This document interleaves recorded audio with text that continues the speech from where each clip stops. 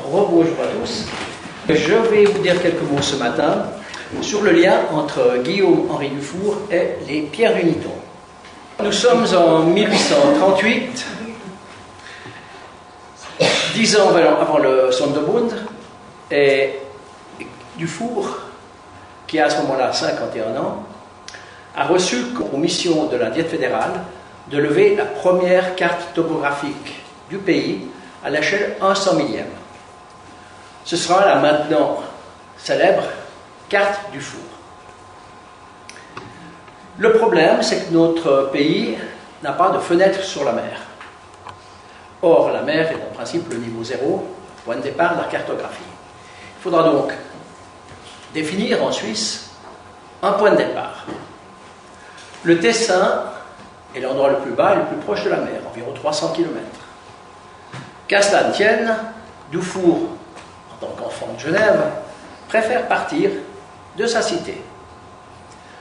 Tant pis pour les 500 km qui nous séparent de Marseille. Donc, l'équipe de Dufour va partir du Marégraphe de Marseille et remonter la vallée du Rhône en faisant des visées en escalier. Ainsi de suite jusqu'à Genève. À Genève, il s'agit de trouver un endroit qui sera le point de départ de cette altimétrie suisse. Évidemment, il faut trouver un objet qui ne soit pas à la merci de la bousculade du premier tombereau ou du premier char venu. Pourquoi ne pas prendre les pierres du Niton, qui se trouvent dans la rade à Genève, au nombre de 2. Entre parenthèses, Niton, rien à voir avec Neptune, bon, notre lac est grand, d'accord, mais rien à voir avec Neptune, comme souvent on a voulu le voir, mais plutôt avec le patois vaudois. Niton, c'est le diable, le démon, dans le patois vaudois. Beaucoup de phénomènes anciens qui n'ont pas pu être attribués aux hommes, on les a attribués aux démons, aux fées, pierre aux fées, pierre du diable, etc. Donc, Dufour va choisir la pierre la plus éloignée du rivage. Sur cette pierre, il fera graver, ou fera poser, sceller, un repère en bronze. Que vous voyez là, c'est la pastille noire parce qu'elle est oxydée, au sommet de cette pierre. Altitude calculée depuis le Marégraphe de Marseille, 376,6 mètres au-dessus du niveau de la mer. À part ça, la barre qui plonge dans l'eau, sur la gauche, c'est simplement pour noter les différents niveaux du lac, autrefois. Et tout en haut, à droite, vous avez une cupule, c'est-à-dire une petite cavité, une petite dépression au sommet du bloc, qui probablement portait une divinité tutélaire, un peu similaire à celle que vous avez au musée d'art et d'histoire en bois. Vous avez ici un extrait de la carte au 1/50 millième de Genève. Vous connaissez Chancy. Sur toutes les cartes, encore les cartes actuelles, sont marqués ces mots: projection conforme cylindrique à axe oblique, ça c'est le type de projection. Code de départ de l'altimétrie suisse, repère de la pierre du Niton à Genève, RPN. 373.600. Alors j'ai dit avant 376.6. Donc le millimètre est garanti. Et pourquoi cette cote différente de celle que je vous ai donnée tout à l'heure? Parce qu'en 1902, lors de la revision de l'altimétrie, en corrélation avec les nivellements de précision des pays voisins, on s'est rendu compte que l'altitude était environ 3 mètres plus élevée. Donc en 1902, on est redescendu de 376,6 à 373,600, qui est la cote actuelle. À l'époque de Dufour, on pensait que le soubassement de pierre du Niton était tout à fait stable. À l'échelle humaine, oui. Mais on s'est rendu compte par la suite, avec les multiples sondages qui ont été faits aux environs, que le soubassement est mobile. J'ai dessiné ça à l'échelle. Autour des pierres, vous avez 2 mètres d'eau de profondeur. Bon, ça dépend des années bissextiles, ça dépend du niveau du lac. Mais vous avez 2 mètres d'eau, à peu près.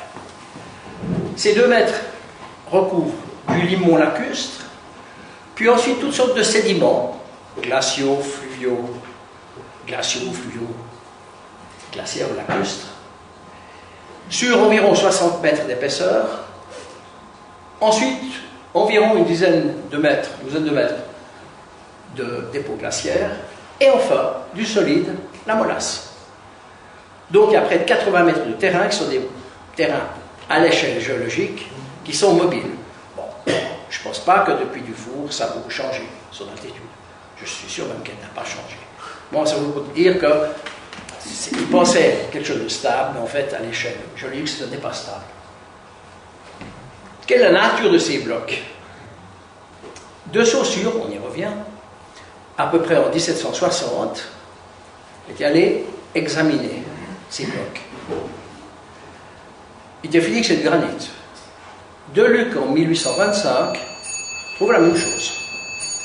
Et en fait, un granit, du quartz, c'est ce qui est un peu gris sur ce diapo, blanc du feldspath, et noir plutôt des micas. Voilà les composants d'un granit, normalement. Rien n'a été fait depuis Deluc, 1825. En 2011, je me dis que ce serait peut-être intéressant de refaire quelque chose avec les instruments actuels et de dater le granit. Pas l'âge de l'emplacement, de la mise en place, mais l'âge de la roche. Les pierres d'Iton sont classées maintenant comme géotopes d'importance nationale. Donc il a fallu être un peu discret.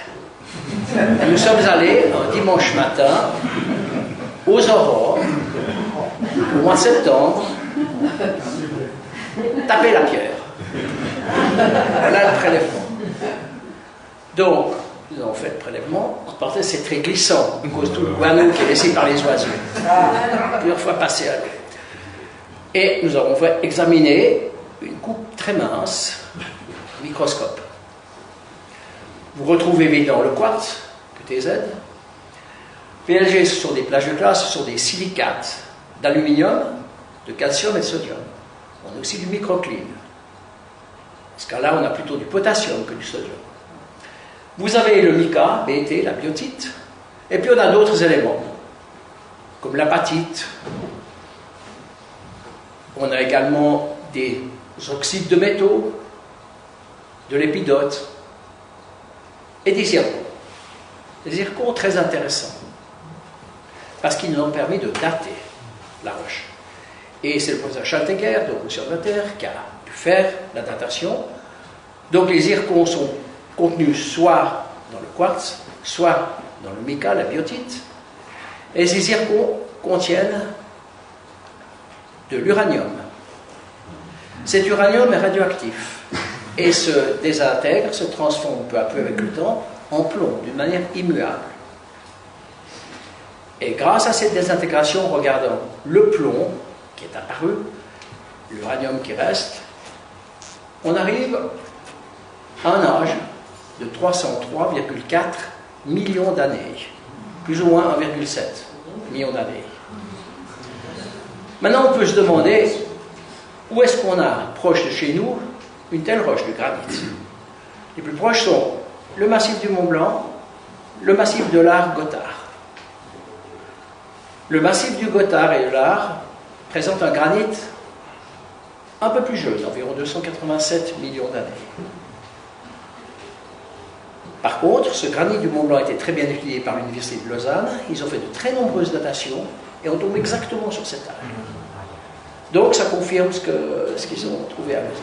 Donc, l'âge de la consolidation de ce granit, 303,4 millions d'années. Par quels moyens sont-ils arrivés ici? Bon, comme tout le monde le sait, les glaciers. Remontons un petit peu dans le passé. 22 000 ans, on se trouve à la fin de la dernière période glaciaire, celle du Vuron. Et c'est la dernière poussée du Vuron. Le glacier du Rhône remplit la cuvette genevoise sur plusieurs centaines de mètres d'épaisseur. La place étant prise par le glacier du Rhône, le glacier de l'Arve tourne avant. Vous voyez sur le dia du haut, glacier de l'Arve. Bon, il ne tournait pas si abruptement que ça. Je vais faire un bricolage de flèches. Quoi qu'il en soit, il tourne et il passe à peu près par La Roche-sur-Foron. Il passe par le col des Évires, direction Annecy. 2000 ans plus tard, il y a 20 000 ans, un lac proglaciaire, c'est-à-dire devant le glacier, est retenu par Mont-Sion-Vouache. Il présente un niveau environ 100 mètres plus haut que le niveau du Léman actuel. Le glacier continue son retrait, 18 000 ans. Il y a 18 000 ans. Il reste un moment stationnaire, donc il stagne à l'emplacement de la ville. C'est de ce moment-là que date la colline de la vieille ville. Ces dépôts glaciaires de la colline de la vieille ville ont 18 000 ans. Et puis le retrait va continuer. 17 000 ans. Le lac est encore 30 mètres plus haut que le niveau actuel. Évidemment, on ne voit pas les pierres du Rhône. Mais ce glacier du Rhône vèle des icebergs. Et sur ces gros icebergs, parfois, des sortes de passagers clandestins, les blocs les plus gros qui sont tombés dessus. Et sur celui qui est le plus en avant, vous voyez des blocs. Ça pourrait être les futures pierres lunaires. Avant qu'elles soient au fond du lac. Le glacier s'est maintenant très très fortement retiré. Il est déjà au bout du Léman. Le lac a encore 8 mètres. Il s'abaisse progressivement en sciant ses dépôts morainiques qui le retenaient. Vous voyez déjà à gauche en haut les falaises de Saint-Jean. Et vous voyez cette sorte de presqu'île qui avance, c'est la vieille ville, c'est la colline de la vieille ville. Les pierres du Nord sont toujours submergées. Le petit Nant qui arrive là en bas est près à la hauteur de Jargonin, donc à l'emplacement du musée d'histoire naturelle. À peu près. Faisons un grand saut, environ 3000. Le glacier est déjà plus loin que Saint-Maurice. On a déjà passé le néolithique. On est déjà bronze inférieur. À l'âge du bronze. Le climat est devenu plus sec. Et la rade est à peu près asséchée. Quelques ruisseaux qui passent. Vous avez la trace en rouge actuelle. Comment est-ce qu'on peut affirmer ça? Très simple. Vous avez un haut fond, le vent de travers, à peu près entre un peu plus à peu près où il y a la nautique. Et sur ce haut fond, on a retrouvé les traces très nombreuses d'établissements palafitiques, donc lacustres. Donc, vous voyez peut-être ici, des établissements lacustres. Donc, si des gens se sont établis là, c'est bien parce que c'est à pied sec. Donc, c'est une preuve que le Léman est dans cet état-là. Pourquoi? Beaucoup moins de précipitations, plus d'évaporation, un équilibre entre les apports et l'évaporation.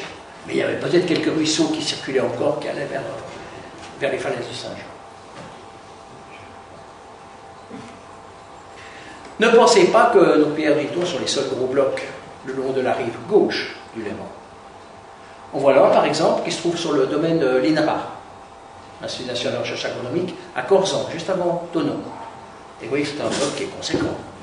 Il est plus gros que Pierre Riton. Vous avez tout le long, vous avez des centaines, mais la plupart sont submergés. Deluc les a répertoriés. Il y en a vraiment beaucoup, et presque tous submergés. Je ne parle pas de ceux qui sont dans la RPI, mais je parle de ceux qui sont dans l'eau.